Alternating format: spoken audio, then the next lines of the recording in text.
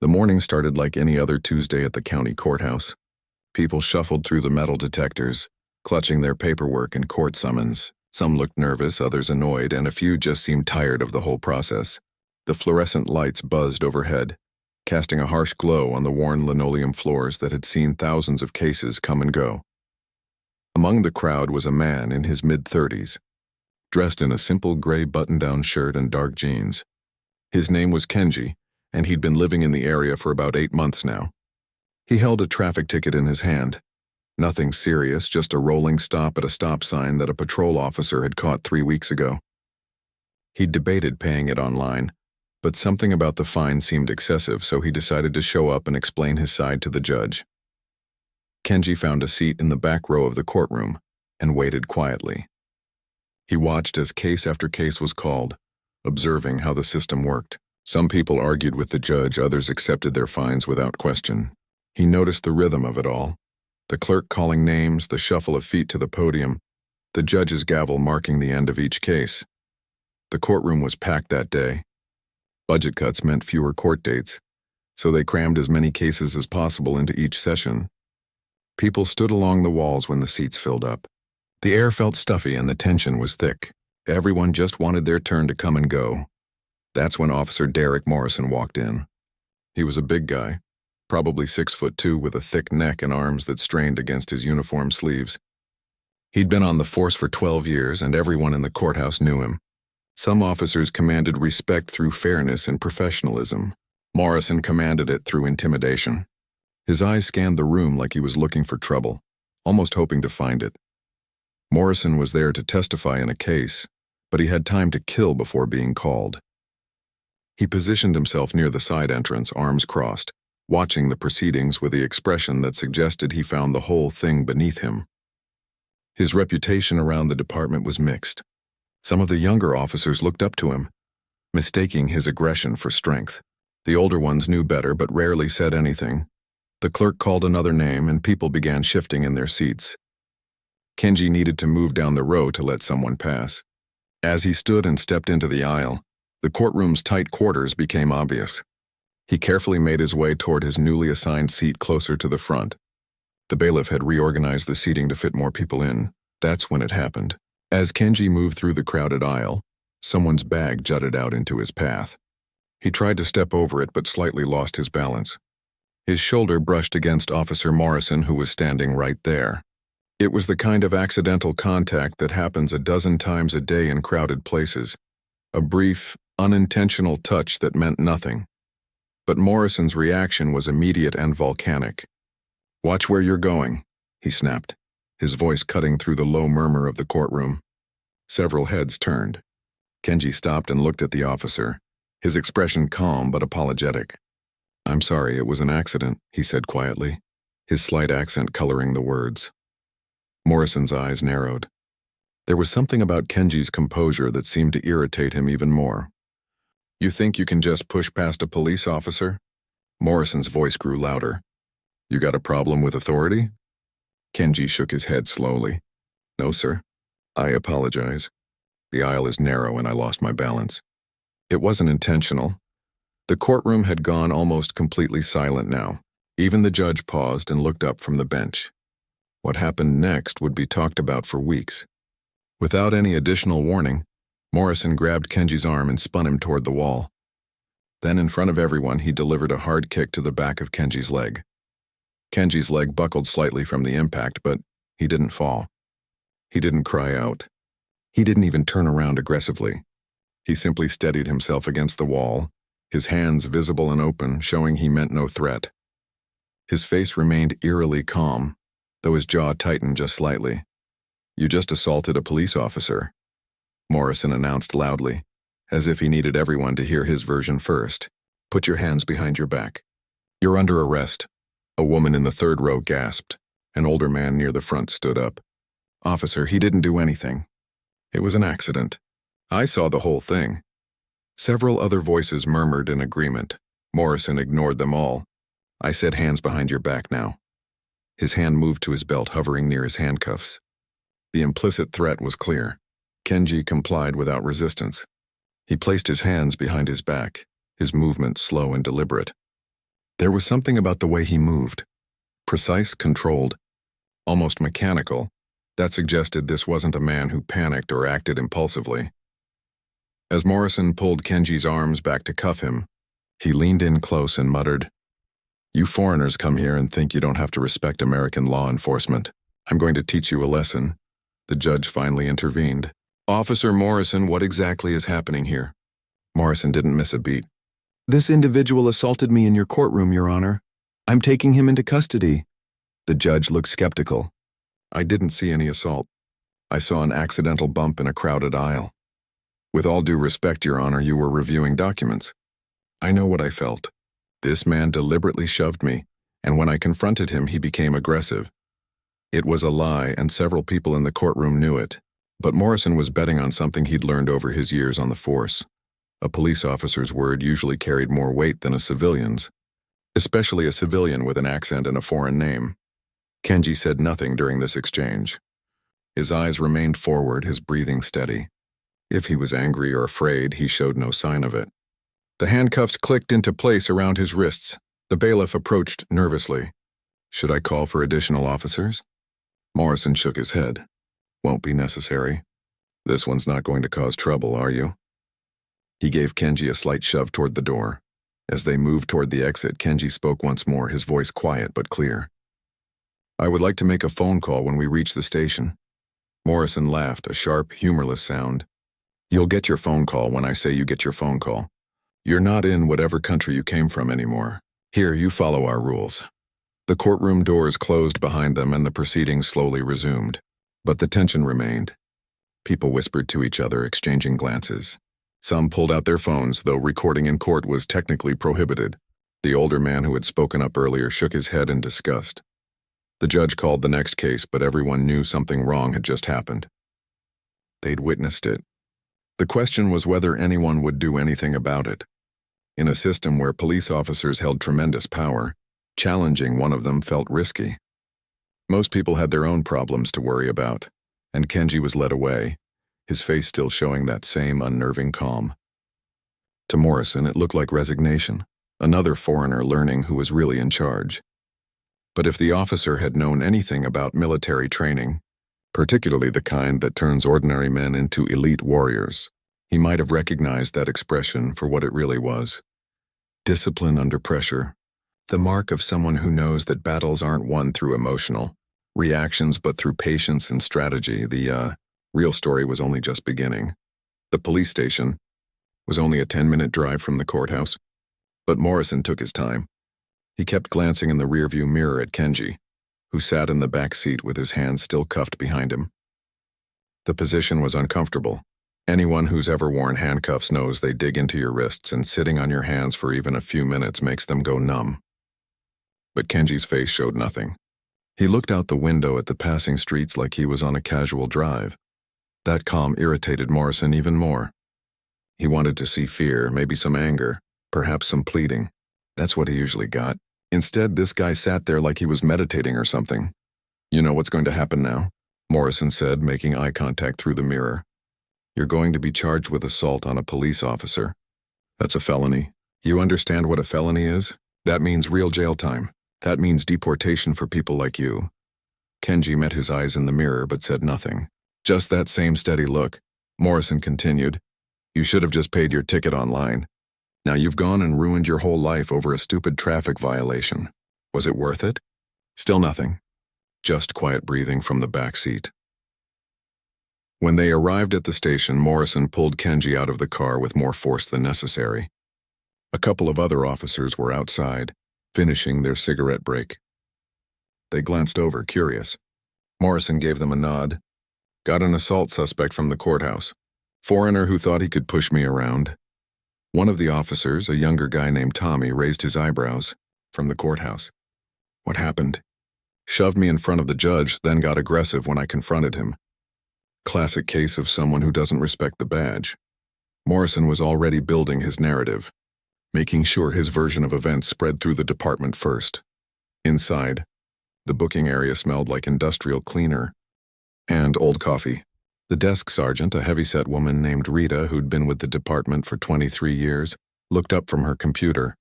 She'd seen Morrison bring in plenty of people over the years, and she'd learned to read situations pretty well. "What have we got?"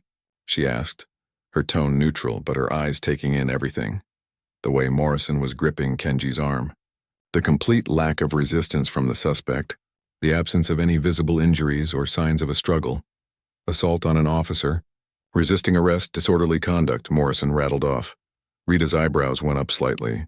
That was a serious set of charges. She looked at Kenji, who stood there quietly. His shirt was barely wrinkled. No sweat on his face. No signs of someone who'd just been in an altercation. "Officer Morrison," she said carefully. "Did this happen at the courthouse? We'll need to request their security footage for the file." Morrison's jaw tightened just a fraction. Already told them. They're pulling it. He was lying, and Rita suspected as much, but she wasn't going to call him out in front of a suspect. That's not how it worked. Officers backed each other up, at least publicly. The booking process began. Kenji was photographed from multiple angles. His height and weight recorded, his pockets emptied. He had a wallet with various cards, some cash, a phone, and car keys. Nothing unusual. His driver's license showed an address about 15 miles away. Rita noticed the license was from this state, issued 2 years ago, which meant he'd been here a while. This wasn't some tourist or recent arrival. "Fingerprints," Morrison said, guiding Kenji to the scanner. As they rolled his fingers across the digital pad, Rita noticed something. Kenji's hands were calloused in specific places, the kind of calluses that came from particular types of physical training. Her husband was ex-military, and she'd seen similar hands before. But she kept that observation to herself. "I'm entitled to a phone call," Kenji said quietly. It was the first time he'd spoken since arriving at the station. Morrison laughed. "You'll get your call when I'm done processing you. We don't rush things for people who assault police officers." Kenji nodded slightly, accepting this, and returned to his silence. The processing dragged on. Morrison seemed to be taking his time on purpose, filling out forms slowly, double-checking information that didn't need double-checking. Other officers came and went, and Morrison made sure to tell each of them his version of what happened.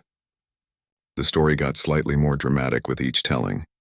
By the fourth retelling, Kenji had apparently charged at him in the courtroom. Tommy, the younger officer, seemed uncomfortable. He'd worked with Morrison before and had seen his temper. He glanced at Kenji, who sat on a bench now, still handcuffed, still completely composed. Something about the whole situation felt off to him. 3 hours passed. The station got busier as afternoon turned to early evening. More arrests came in. A shoplifter, someone who'd violated a restraining order, a guy caught with unpaid warrants.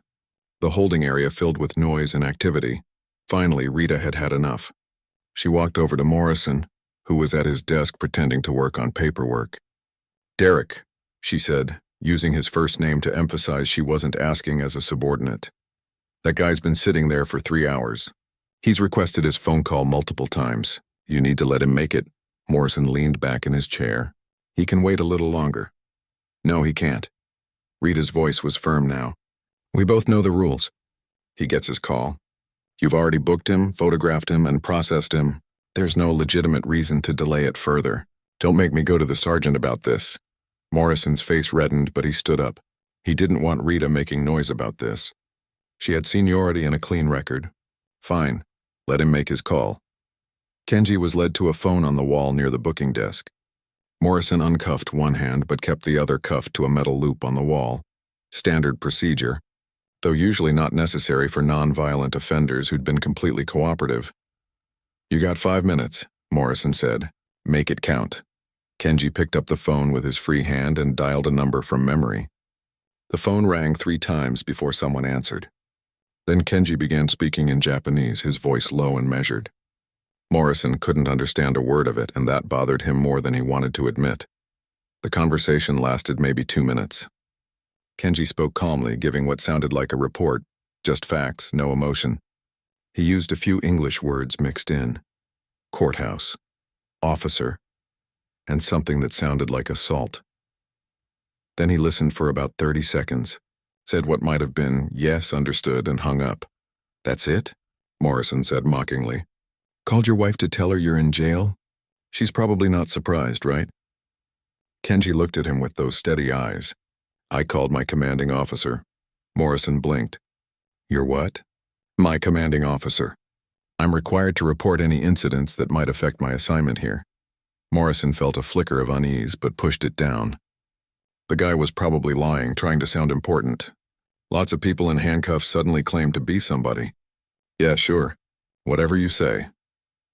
He led Kenji back to the holding area, but something had shifted in the atmosphere.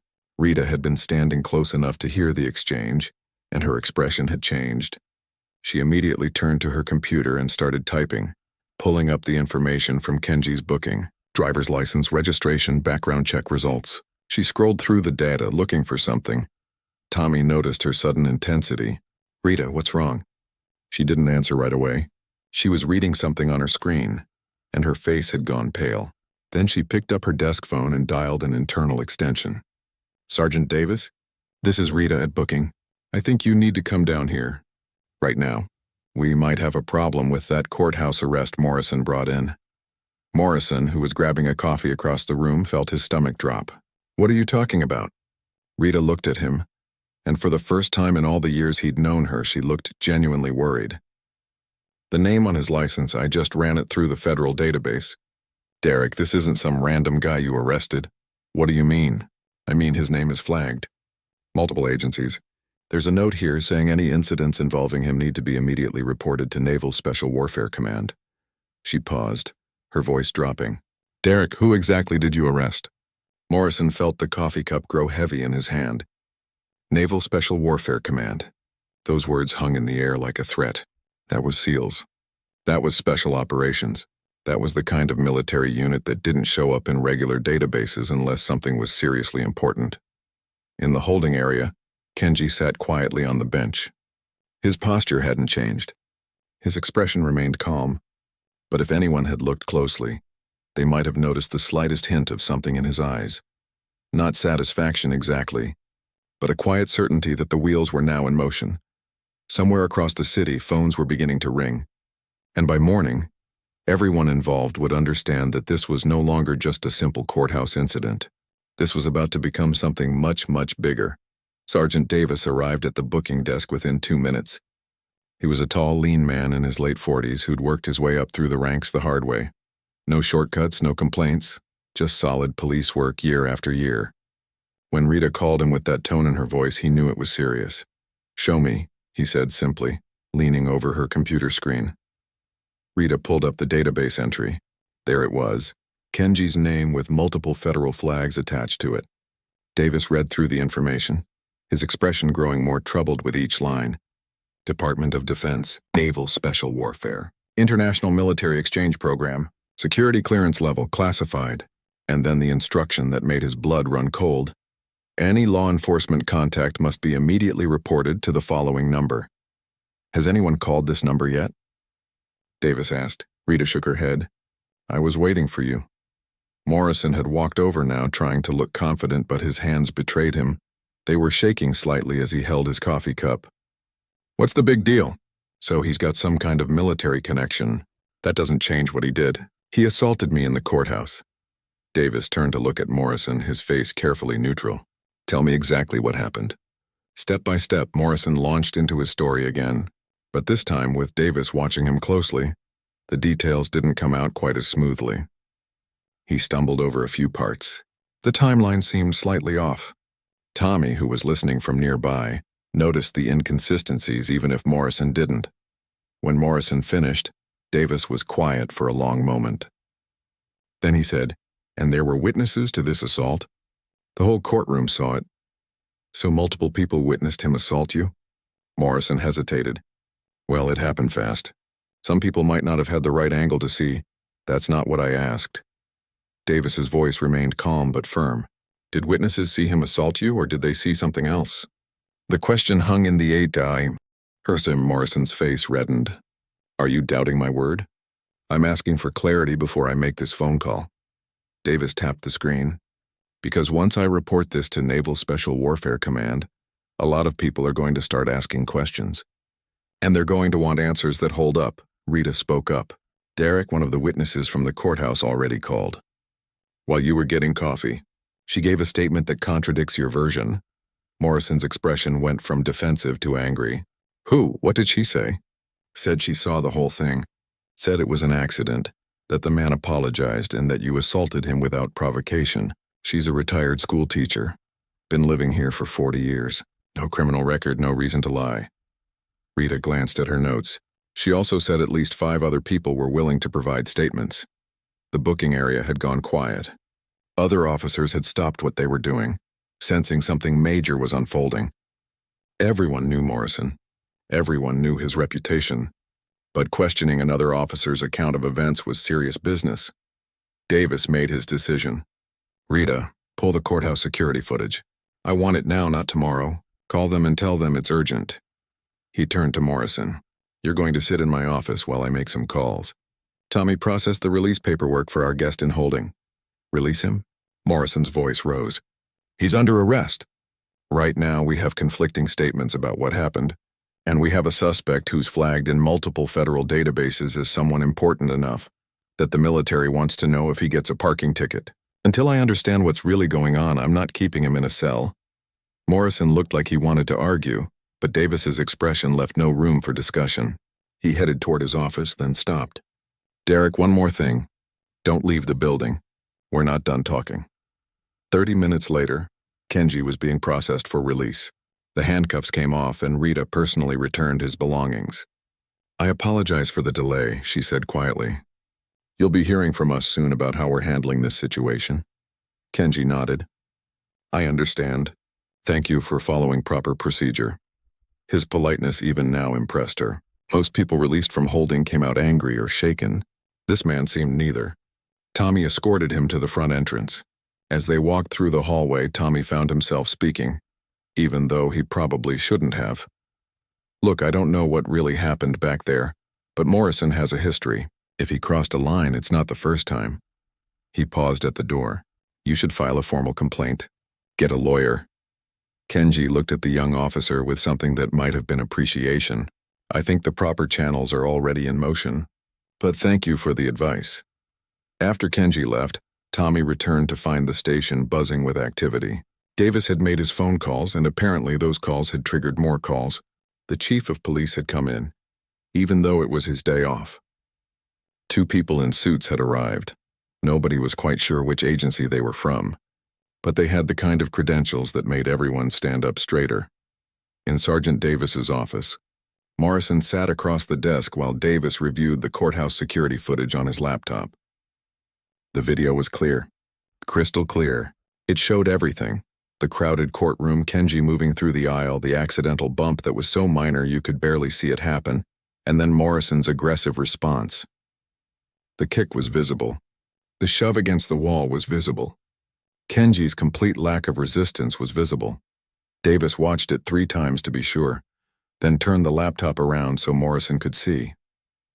Want to revise your statement? Morrison's face had gone from red to pale. He watched the footage play out, and there was no talking his way around what the camera had captured. I thought it felt more aggressive than it looks. It looks like you assaulted a man who accidentally bumped into you. Davis's voice was cold now. It looks like you lied about what happened, and it looks like you arrested someone without probable cause.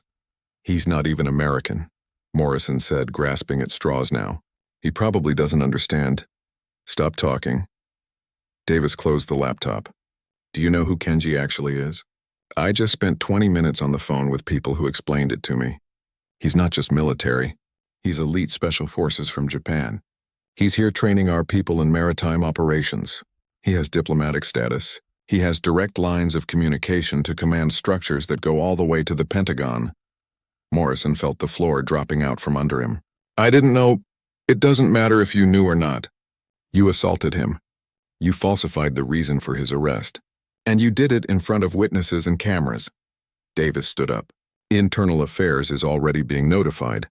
You're suspended effective immediately. Badge and gun now. The process of stripping Morrison of his badge felt surreal. He'd pinned that badge on thousands of times over 12 years.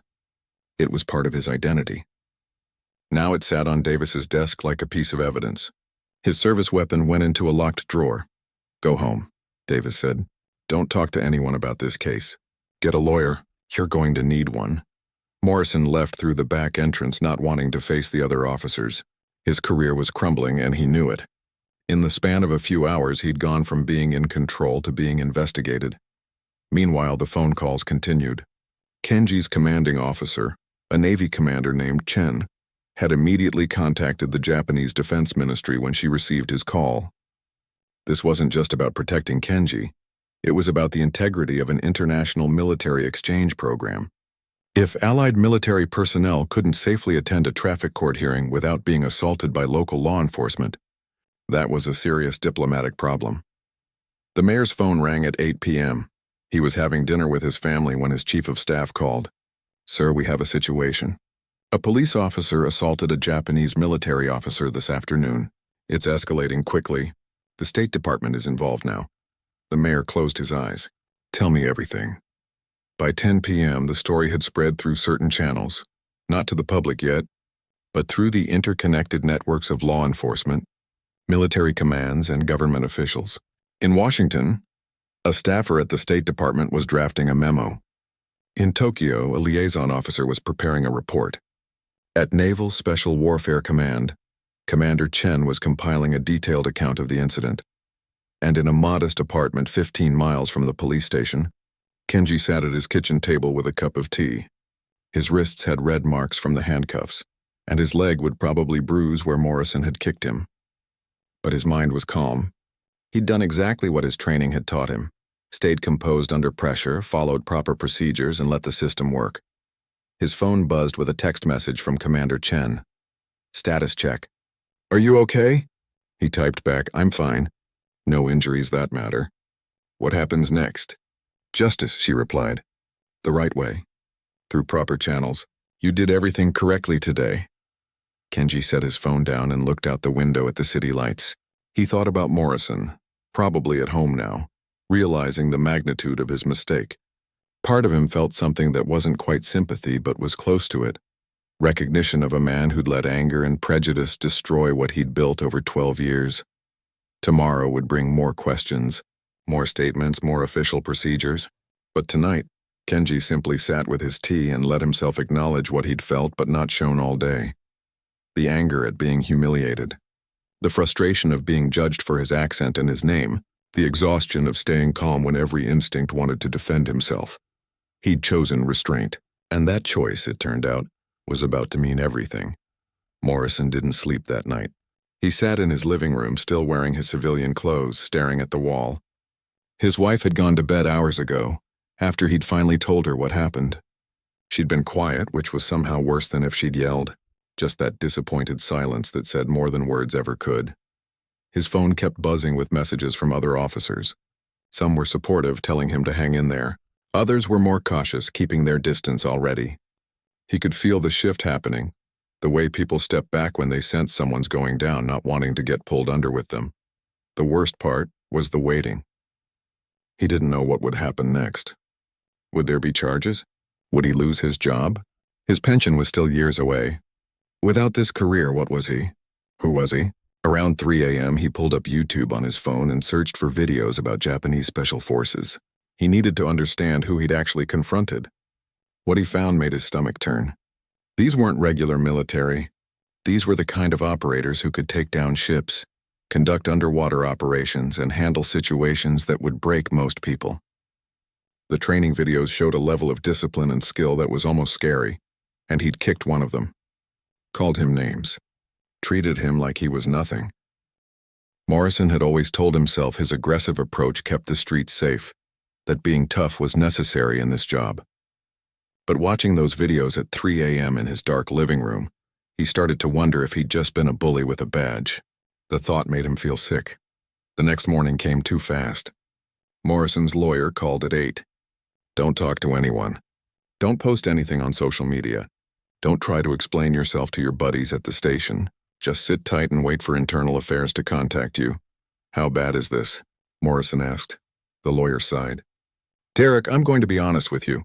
You assaulted someone on camera, then arrested them under false pretenses. That person happens to be a foreign military officer here on a diplomatic exchange. The video contradicts everything you reported. This is bad. This is lose your job. Possibly face criminal charges bad. Morrison felt the walls closing in. At the police station, Chief Robertson sat in his office reviewing the complete file on the incident. He was a career cop who'd worked his way up from patrol, and he'd dealt with plenty of problem officers over the years. But this was different. This had the potential to damage the department's relationship with the military, affect federal cooperation, and blow up in the media if it wasn't handled right. His phone rang. It was the mayor. "Chief, I just got off the phone with someone from the Pentagon. They're taking this very seriously. The Japanese government is aware of the incident. We need to fix this, and we need to fix it fast." "I understand, sir. Internal Affairs is already on it. Officer Morrison has been suspended pending investigation." "That's not enough," the mayor said. "I need you to meet with the victim. Personally apologize on behalf of the department.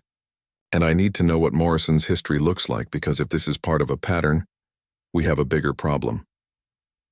After hanging up, Chief Robertson asked for Morrison's complete file. What he found troubled him deeply. 7 excessive force complaints over 12 years. All of them had been cleared or dismissed, but reading them now with fresh eyes, he could see a pattern. Aggressive responses to minor situations, confrontational behavior with civilians. Multiple complaints specifically mentioned his attitude toward immigrants and people with accents. How had this been missed? Or worse, how had it been ignored? That afternoon, something unusual happened. Chief Robertson received a call from Commander Chen at Naval Special Warfare. She had a request that surprised him. "Kenji would like to meet with Officer Morrison," she said. "You mean he wants to confront him? I don't think that's a good idea while the investigation is ongoing." "Not to confront him, to talk to him. Kenji believes there's an opportunity here for something more constructive than just punishment." The chief was skeptical. "Commander, your officer was assaulted and falsely arrested. He has every right to press charges. Why would he want to meet with Morrison? Because Kenji understands something that took him years to learn. That true strength isn't about dominance. It's about having the power to hurt someone and choosing not to. He thinks Morrison might benefit from understanding that too." 2 days later, the meeting was arranged. Not at the police station, that felt too confrontational. Instead, they met at a conference room on the naval base. Neutral ground, but with enough official presence to keep things professional. Morrison arrived escorted by his lawyer and a union representative. His hands were shaking as he walked down the hallway. He'd been in plenty of tense situations in his career, but this was different. He was about to face someone he'd wronged. Someone who could destroy what was left of his career with a single statement to the press. The conference room was simple. Just a table, some chairs, and a window overlooking the base. Chief Robertson was there, along with Commander Chen and 2 other officials Morrison didn't recognize. And then there was Kenji. He looked different in his naval uniform. The casual clothes from the courthouse had hidden what was now obvious. This was a military officer, someone who carried himself with a quiet authority that had nothing to do with aggression. Morrison felt small suddenly, despite being the bigger man physically. Everyone sat down. The room was silent for a long moment. Morrison's lawyer had coached him to say as little as possible, but looking at Kenji now, something broke inside him. The careful legal strategy didn't matter anymore. "I owe you an apology," Morrison said, his voice rough. "What I did was wrong. There's no excuse for it. I was out of line, and I'm sorry." Kenji studied him for a moment. "Why did you do it?" The question was simple, but Morrison found it hard to answer. "I don't know. I was angry. You bumped into me, and then you were just so calm about it, like it didn't matter, and something in me just snapped. My calmness made you angry?" Morrison nodded slowly. "Yeah, I guess it did. I'm used to people being intimidated. When you weren't, it felt like disrespect. And my accent? My appearance?" Morrison wanted to deny it, but he couldn't. "Not here. No, yeah, that was part of it too. I made assumptions about who you were and what you deserved. I was wrong." Commander Chen spoke up. "Officer Morrison, do you know what Kenji could have done in that courtroom? He's trained to handle threats. He's trained to disarm armed opponents. He could have defended himself in ways that would have ended very badly for you. But he didn't. Do you know why?" Morrison shook his head, Kenji answered.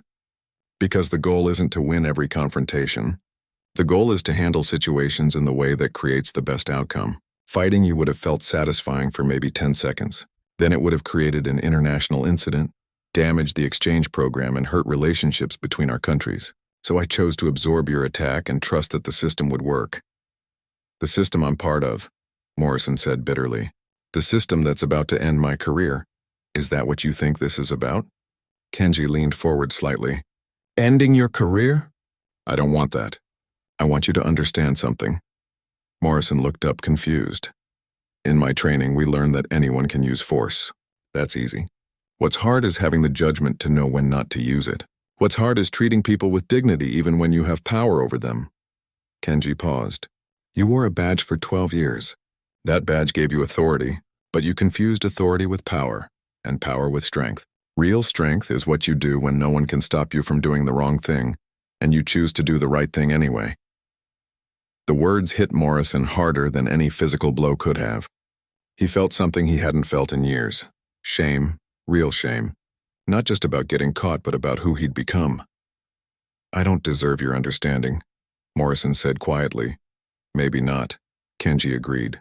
But I'm offering it anyway. Not because you've earned it, but because I believe people can change.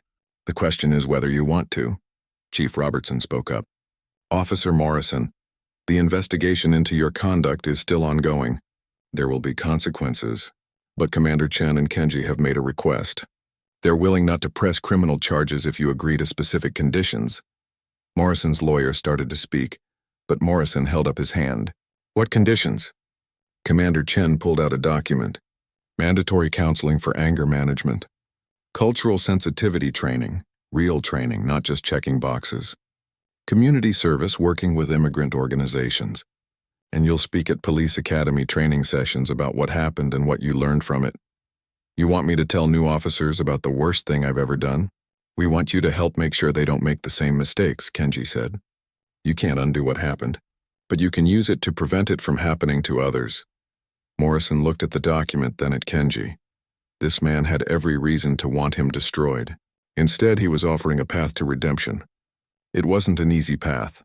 Telling his story over and over, admitting his failures publicly, doing the hard work of actually changing. But it was more than Morrison deserved. Why are you doing this? He asked Kenji. Because 12 years ago, I was an angry young recruit who thought being tough meant being hard. My instructor could have kicked me out. Instead, he taught me a different way. Someone gave me a chance to become better. Kenji met Morrison's eyes. Now I'm giving you the same chance. What you do with it is up to you. Morrison signed the agreement. His hand shook as he wrote his name, but he signed it. 3 months after the incident, Morrison sat in a small classroom at the police academy, facing 32 recruits who looked younger than he remembered being at their age. This was his 5th time telling the story, and it still wasn't easy. It probably never would be. My name is Derek Morrison, he began. I was a police officer for 12 years. Notice I said was. I'm going to tell you about the day I threw away my career because I let my ego and my prejudices control my actions instead of my training and my duty. The recruits sat up straighter. This wasn't the usual lecture. Their instructor had told them only that they were about to hear from someone with an important message. Nothing more. Morrison walked them through it. The courthouse, the accidental bump, his explosive reaction. He didn't sugarcoat anything or make excuses. He told them about kicking Kenji, about the false arrest, about how he'd convinced himself he was in the right even as he was doing something terribly wrong. I thought being tough made me a good cop, he said.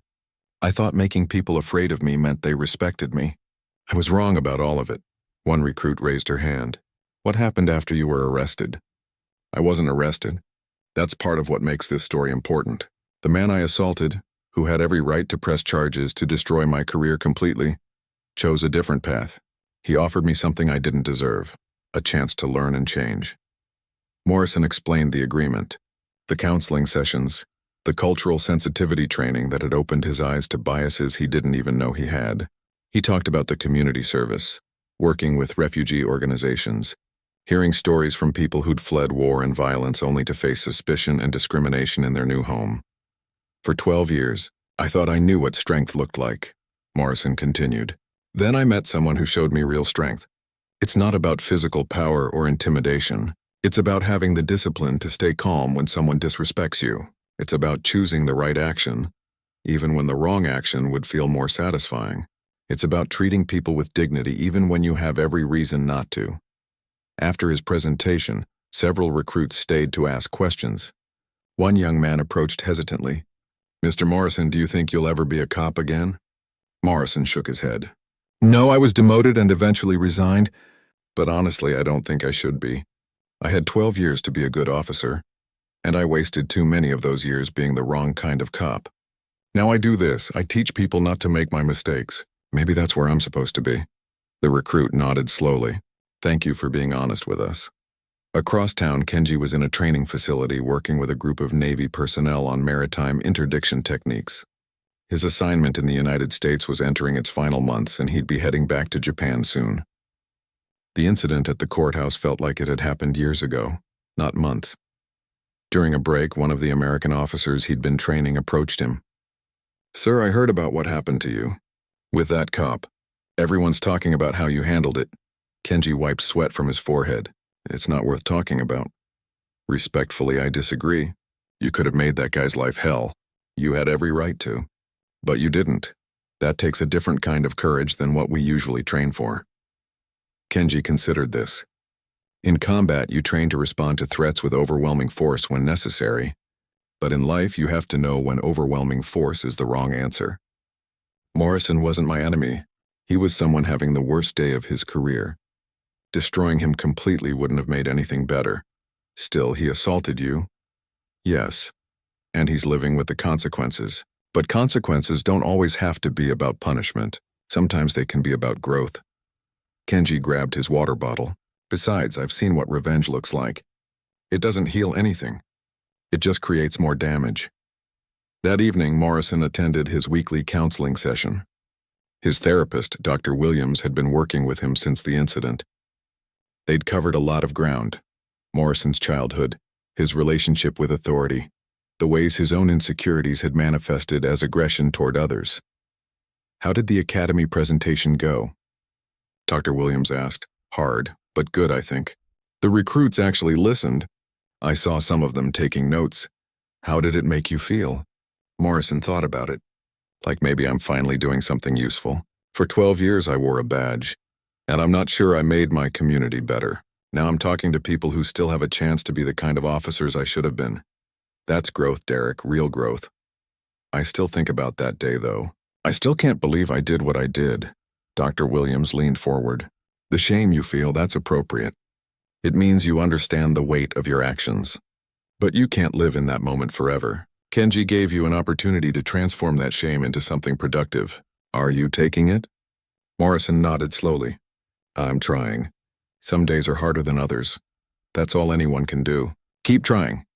6 months after the incident, Kenji prepared for his return to Japan. Commander Chen organized a small farewell gathering at the base. It wasn't anything fancy, just pizza and sodas in a conference room, but the people who showed up mattered. The Navy personnel he'd trained, some local law enforcement who'd worked with him on joint exercises, and a few others who'd gotten to know him during his time there. Chief Robertson was there too. He'd met with Kenji several times since the courthouse incident, impressed by the man's professionalism and his commitment to turning something negative into something constructive. "You're leaving us better than you found us," the chief said, shaking Kenji's hand. "And I'm not just talking about the tactical training. The way you handled the situation with Morrison, that's changed how we're approaching officer training. We've implemented new de-escalation requirements, better screening for cultural biases, more accountability for excessive force complaints." Kenji smiled. "That's good to hear. Change is hard, but it's necessary. Will you stay in touch?" "Of course. And if you're ever in Japan, you have a place to stay." As the gathering wound down, Kenji stood outside watching the sun set over the base. Commander Chen joined him. "You okay?" "Just thinking. When I first got that call about coming here, I was excited about the tactical exchange learning from your special operations community. I never expected the most important lesson would come from a courthouse incident." "What lesson was that?" "That the hardest battles aren't always physical. Sometimes the hardest thing is choosing mercy when you have every right to choose justice, choosing to see potential in someone who's failed instead of just seeing their failure." Chen nodded. "You think Morrison will make it? Really change?" "I don't know. That's up to him, but I gave him the chance. What he does with it is his responsibility now." A year after the incident, Morrison stood in front of another police academy class. This time felt different, though. He'd done this enough times that the story came out smoother, but it still carried weight. After his presentation, a recruit approached him with a familiar question. Do you ever regret not fighting back? The guy who changed your life, do you wish you'd handled him differently when you had the chance? Morrison smiled sadly.